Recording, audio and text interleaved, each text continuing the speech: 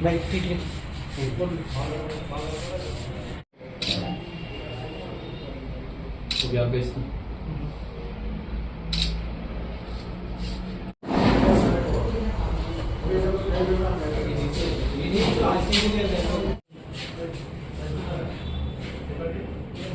কই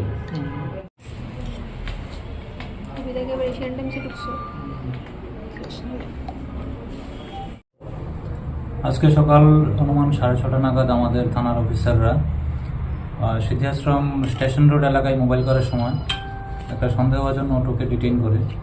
তো সেটার মধ্যে একজন নন বেঙ্গলি মহিলা ছিল, পরবর্তীতে জানা যায় তার নাম হলো রূপা দেবী। তো একটা সন্দেহ হয়, তাদেরকে জিজ্ঞাসাবাদ করে তাদের কথার মধ্যে অসংলগ্নতা ধরা পড়ে।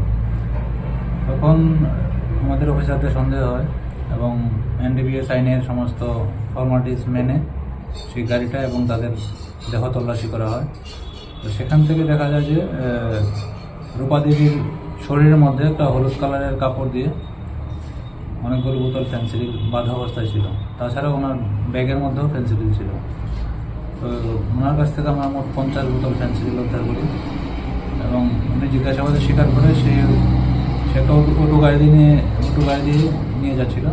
অটো ড্রাইভারও ওনার সঙ্গে যুক্ত, মানে আগেও এরকম করেছে এবং সেই ড্রাইভারকে ইউজ করেই এগুলি নেওয়া আনা করতো। এমনিতে তাদের সাথে আর কি যুক্ত আছে?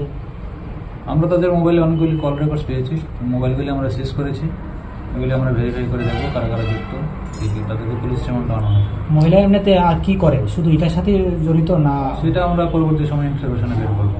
বাজার মূল্য কত হবে? সেটা বডি রেট আছে একটা বোতল 266 টাকা। তো বাড়ি কোন জায়গা? রূপা দেবীর বাড়ি বিহার, কাটোয়ারি। এখানে কোথায় থাকে? এখানে সে পার্মানেন্ট কোনো অ্যাড্রেস নেই, আসে আবার চলে যায়।